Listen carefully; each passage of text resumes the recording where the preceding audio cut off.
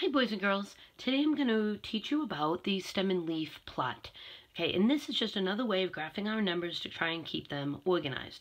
This is different from any of the kind of graphs that you've ever used before, and you will get a hang of it. Don't worry, just stick with it, and then you'll actually enjoy it because they're kind of fun to make.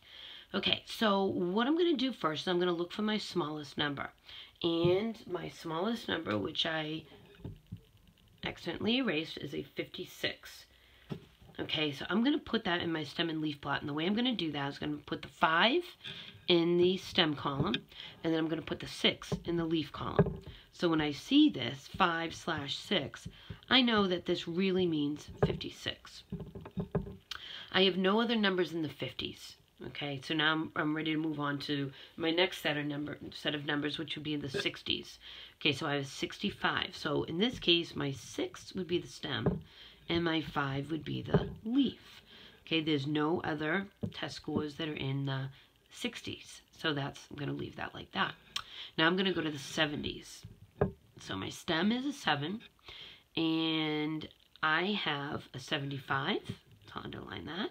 I have a 78, I have a 75 again, and then I have a 79. So I'm going to write my leaves in the order from least to greatest. My first leaf, my smallest leaf, is the 5. So I'm going to put my 5 here.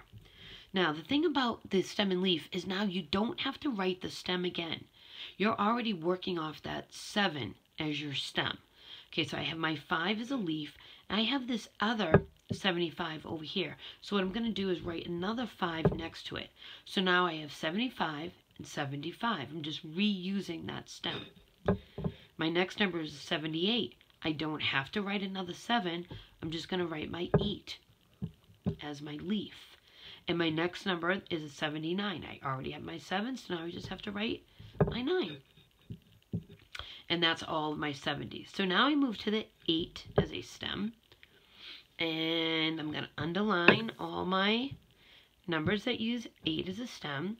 And I have my 80, which is the smallest number. So I'm going to put a 0 here. And then I have my 85 and an 85.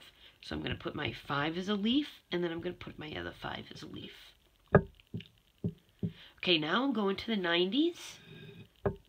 Okay, and I have a 90, 92, and a 98.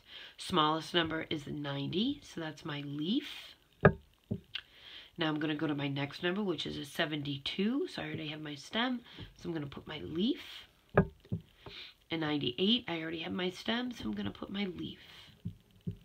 And that would be it. If I did have a score here that was 100, what you would do is you would take this 10, that would be your stem, and then your 0 would be your leaf. Okay, so looking at this set of data, if I was just looking at my stem and leaf graph, some of the things that I could tell from that is I could tell how many grades I had altogether. All I would have to do is count the leaves. 1, 2, 3, 4, 5, 6, 7, 8, 9, 10, 11, 12, 13. So these are the scores of 13 tests. Okay, I can see what my lowest is right away, 56. I can see what my highest is, it's a 100.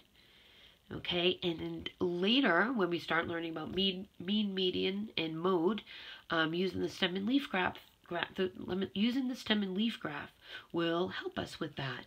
So that's what your stem and leaf graph is all about.